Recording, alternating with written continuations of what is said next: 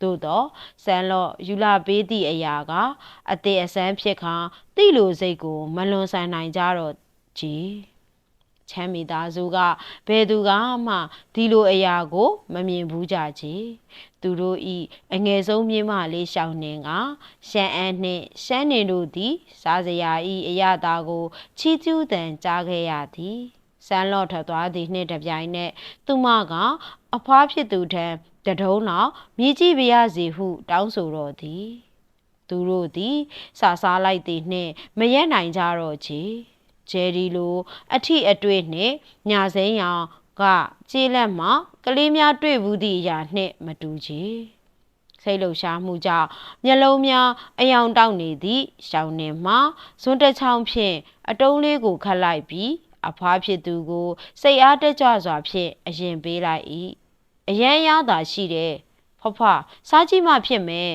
နှကန်းပေါ်ရောက်လာသည်စားကောင်းတောက်ဖွယ်ကြောင့်အဖွားချမ်းမှာမလွန်ဆန်နိုင်တော့ချေ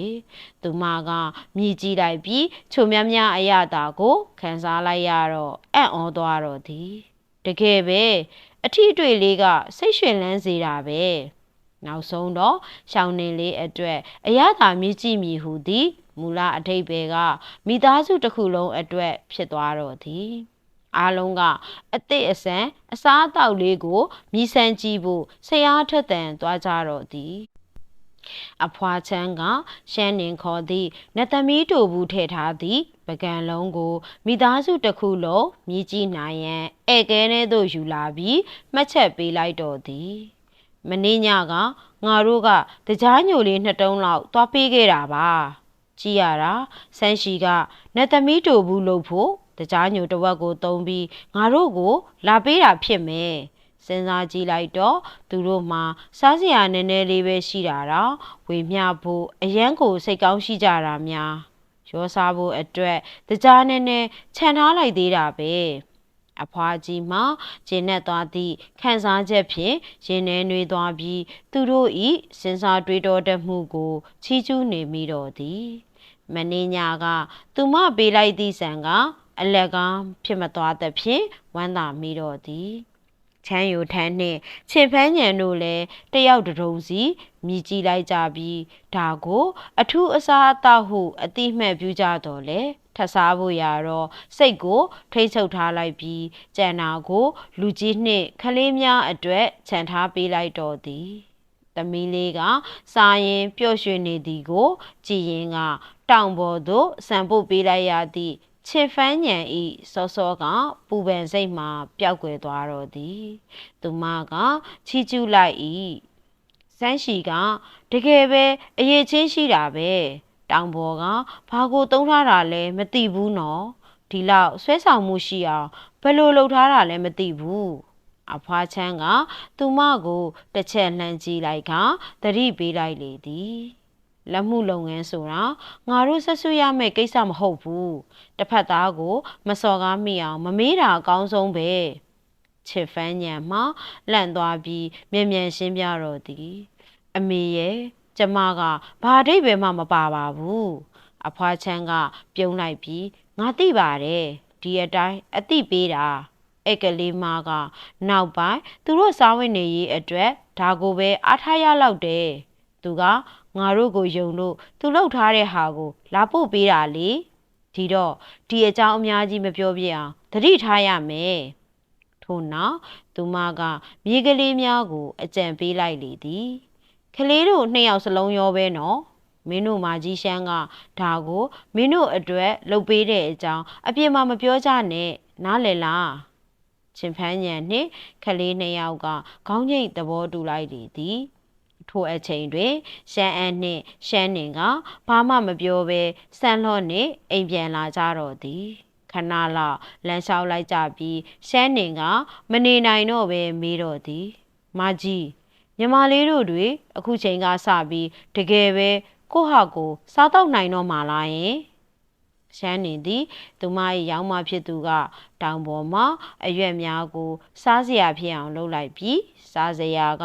ဆွဲဆောင်မှုရှိကအရသာရှိပုံကိုတအံ့တော်ဖြစ်နေမိလေသည်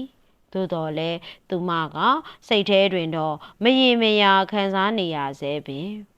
ညမဖြစ်သူကသူ့ကိုကာကွယ်ပေးထားသဖြင့်ဝမ်းသာကသူမကိုစိတ်မပြတ်စေခြင်းမကြောက်ရွံ့စေခြင်းသည့်ရှန်အန်းက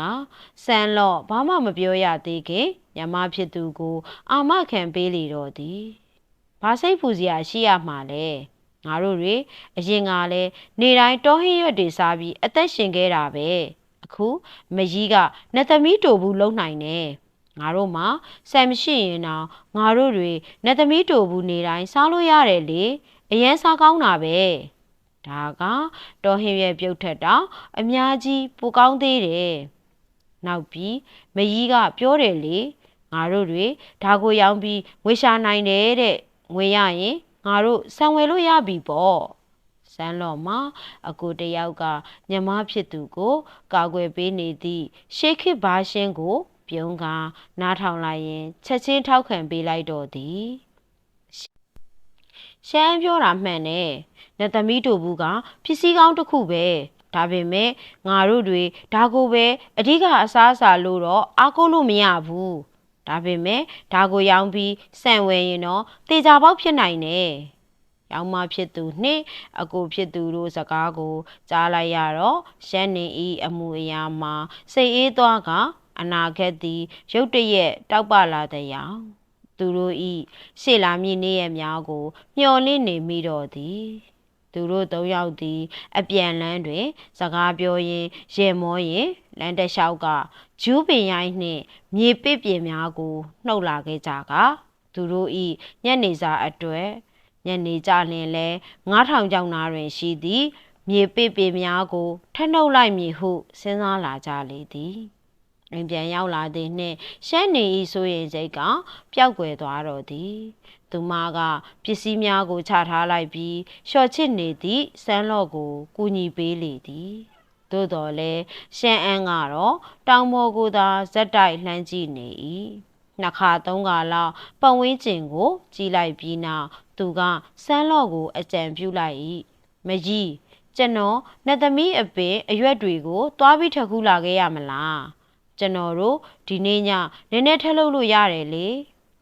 သူသည်နေ့လယ်စာကိုမဝခဲ့ချေရှမ်းအန်းနှင့်ရှမ်းနေတို့သည်ငယ်ကလေးကဦးလေးနှင့်အတော်တို့နှင့်အတူနေလာခဲ့ရသည်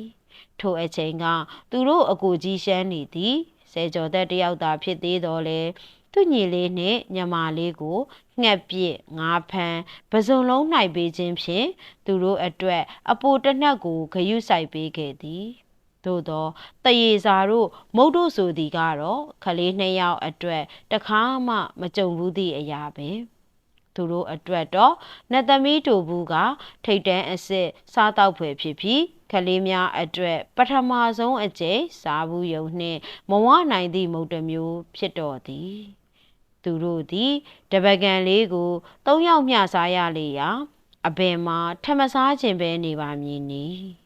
အကိုဖြစ်သူဤအကြံပေးစကားကိုကြားလိုက်သည်တွင်ရှမ်းနေကလည်းဒီစိတ်ကူးကိုလုံးဝလက်ခံသည့်ဟန်ဖြင့်ဆန်းလော့ကိုကြည့်လိုက်၏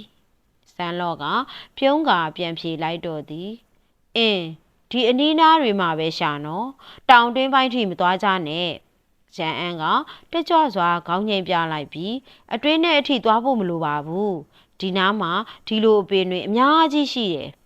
ရှမ်းနေဤကနာမငိမ်ဖြစ်နေဟန်ကိုတွေ့လိုက်ရတော့ဆန်းလောကသူမကိုလက်ရန်ပြလိုက်ပြီးသွားချင်ရင်လိုက်သွားလေလျှော်ချစ်တာကိုအမတယောက်တည်းလုပ်လို့ရပါတယ်ရှမ်းနေဤမျက်လုံးလေးများသည်စိတ်လှုပ်ရှားက